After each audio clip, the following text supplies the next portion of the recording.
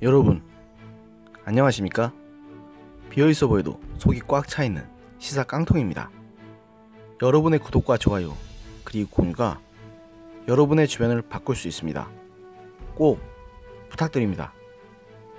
다음주 스티븐 비건 미국 국무부 대북 특별대표의 방한과 한일 외교장관 회담, 한미 방위비 분담 협상이 숨가쁘게 전개되면서 한국 외교가 한 주간 중대 분수령을 맞을 전망입니다.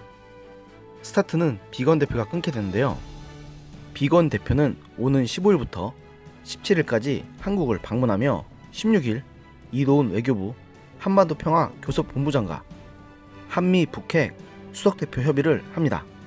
두 대표는 북한이 북미 비핵화 협상 시한으로 설정한 연말을 앞두고 동창리 서해 위성 발사장에서 중대 시험을 진행하는 등 군사도발 가능성을 시사함에 따라 북한의 도발을 억제하고 북미 협상을 재개할 방안을 모색할 것으로 보입니다.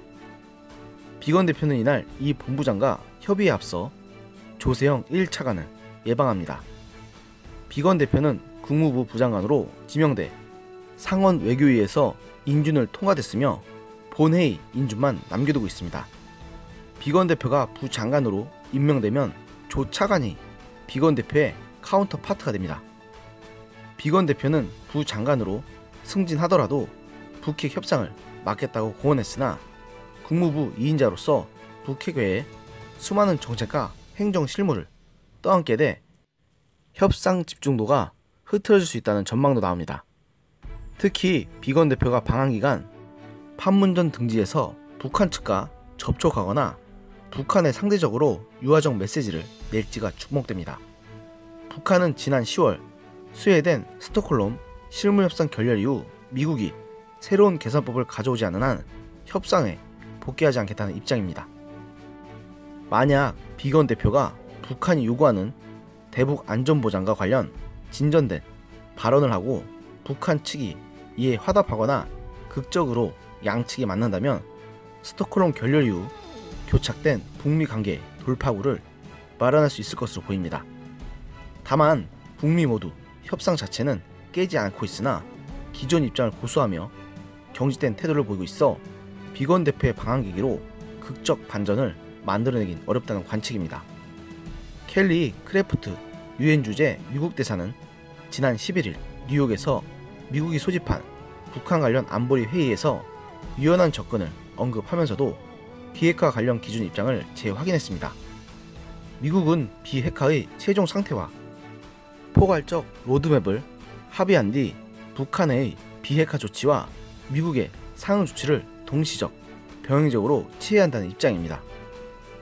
반면 북한은 자신이 핵, 대륙간 탄도미사일 실험 중단과 풍계리 핵 실험장 폐기 등 선 조치를 취했기에 미국도 상하는 조치를 내놔야 협상할 수 있다고 주장하는 중입니다. 안보리 회의 이후 북한 외무성 대변인은 담화를 내고 미국이 입만 벌리면 대화 타령을 늘어놓고 있는데 설사 대화를 한다 해도 미국이 우리에게 내놓을 것은 없다는 것은 너무도 자명하다며 협상 복귀 가능성을 더욱 낮췄습니다. 이에 비건 대표가 한국에 와서 아무런 성과 없이 돌아간다면 북미 간 대치가 더욱 심화될 수 있다는 우려도 나오는 중입니다.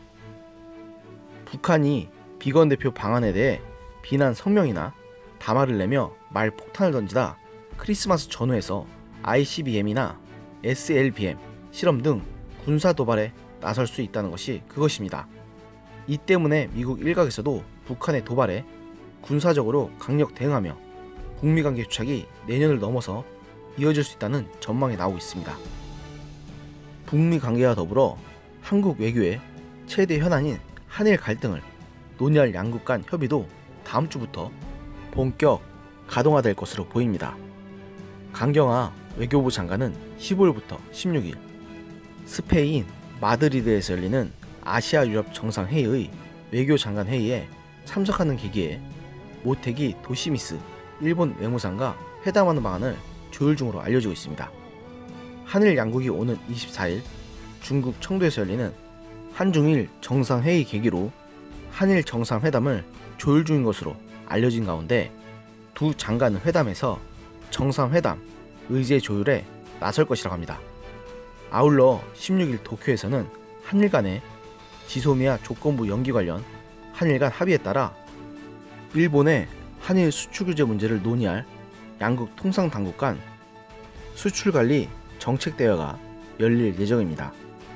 이에 따라 오는 24일 한일 정상회담을 앞두고 열리는 양국 외교 통상 당국 간 회담과 협의에서 양국이 강제징용과 수출 규제 등 한일 갈등 현안에서 접점을 찾아낸다면 정상회담에서 갈등의 돌파구를 마련할 수 있을 것이라는 장밋빛 전망도 제기됐지만 현재로서는 강제징용과 수출 규제 문제 모두 한일 양국이 여전히 입장 간극을 메우지 못하고 있어서 다음 주 협의에서 당장 해법을 찾긴 어려워 보입니다. 이에 정상회담에서도 양국 정상이 협의의 속도를 내기로 합의한 것 이상의 의미를 부여하기는 힘들어 보입니다. 한미 관계의 핵심 현안인 한미 방위비 분담 협상도 오는 17일부터 18일 서울에서 열릴 예정입니다. 한미 양국은 지난 9일부터 지난 3일부터 4일까지 내년도 이후 한국 측 방위비 분담금을 결정할 제11차 방위비 분담 특별협정회의를 4차례 개최했으나 의견을 좁히지 못했습니다. 이에 올해 마지막이 될 이번 회의에서 양국이 바로 협상을 타결하긴 어려울 것으로 보여 협상은 내년으로 넘어갈 가능성이 큰 상황입니다. 10차 SMA가 오는 31일 만료되기에 올해 협상을 타결하지 못하면 협정 공백이 발생하게 됩니다.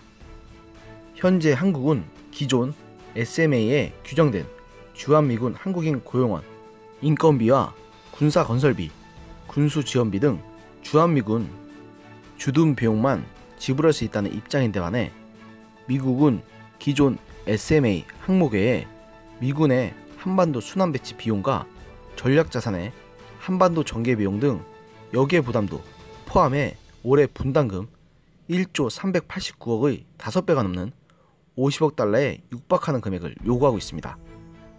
한국은 이번 회의에서 주한미군 반항기지의 오염 정화 비용 우선 부담과 호르무즈 협회 연합 방위 기여 검토, 미국산 무기 구매 등을 강조한다는 방침인 것으로 알려졌습니다.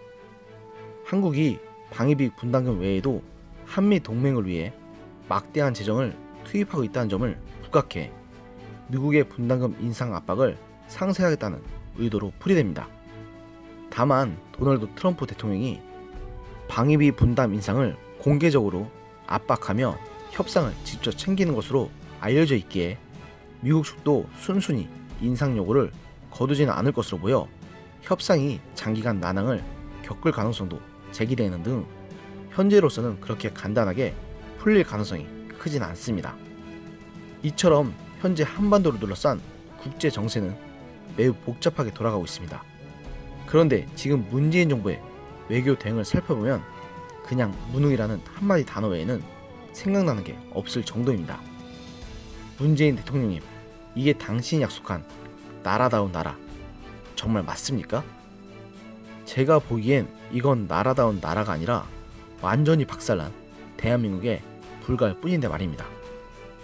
다른 사람은 몰라도 제가 바랬던 나라다운 나라는 지금 흘러가고 있는 이런 나라가 아닙니다.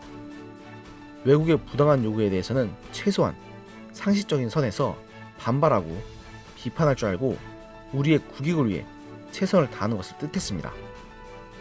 그런데 지금 우리나라의 모습을 이렇다고 할 수 있는 사람이 있습니까? 다른 사람은 몰라도 저는 그렇게 말할 수 없습니다.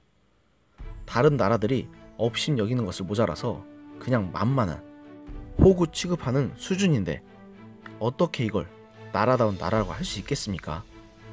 한때 문재인 정부를 열렬히 지지했던 사람들이 부끄러워해야 할 정도로 지금 대한민국의 상은 심각하기 짝이 없습니다. 오늘의 영상은 여기까지였습니다. 들어주셔서 감사합니다. 여러분의 소중한 의견 댓글에 남겨주십시오.